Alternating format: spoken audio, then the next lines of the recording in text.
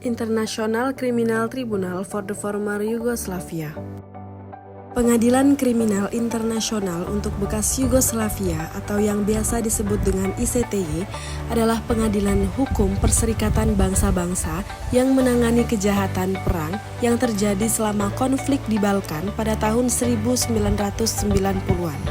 Selama mandatnya, yang berlangsung dari tahun 1993 sampai dengan 2017, pengadilan ini mengubah lanskap hukum humaniter internasional secara permanen, yang memberikan kesempatan kepada para korban untuk menyuarakan kekejaman yang mereka saksikan dan alami, dan juga membuktikan bahwa mereka yang diduga memikul tanggung jawab terbesar atas kekejaman yang dilakukan selama konflik bersenjata dapat dimintai pertanggungjawaban. Fungsi ICTY didirikan untuk mengadili individu yang bertanggung jawab atas pelanggaran serius terhadap hukum humaniter internasional yang terjadi di wilayah bekas Yugoslavia sejak 1 Januari 1991.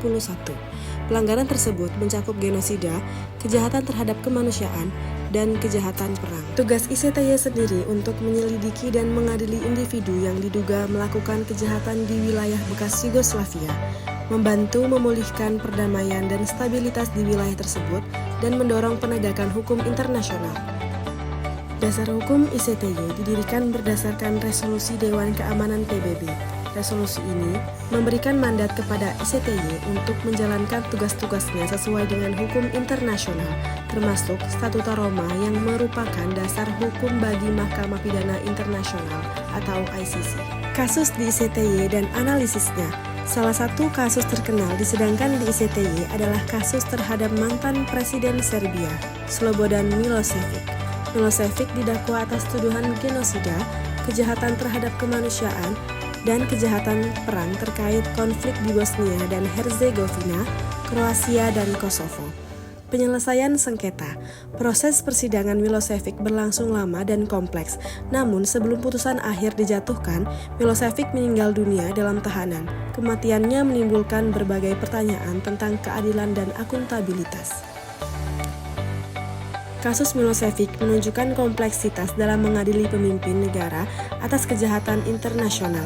Tantangan yang dihadapi termasuk bukti untuk mengumpulkan bukti yang cukup untuk membuktikan tuduhan kejahatan berat seringkali sulit. Kemudian, faktor politik dapat mempengaruhi proses peradilan, terutama ketika melibatkan pemimpin negara. Dan yang terakhir adalah penerapan hukum internasional dalam konteks konflik bersenjata masih terus berkembang.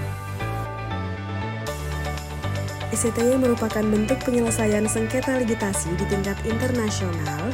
Hal ini karena ICTY memiliki prosedur hukum yang formal, termasuk penyelidikan, persidangan, dan putusan.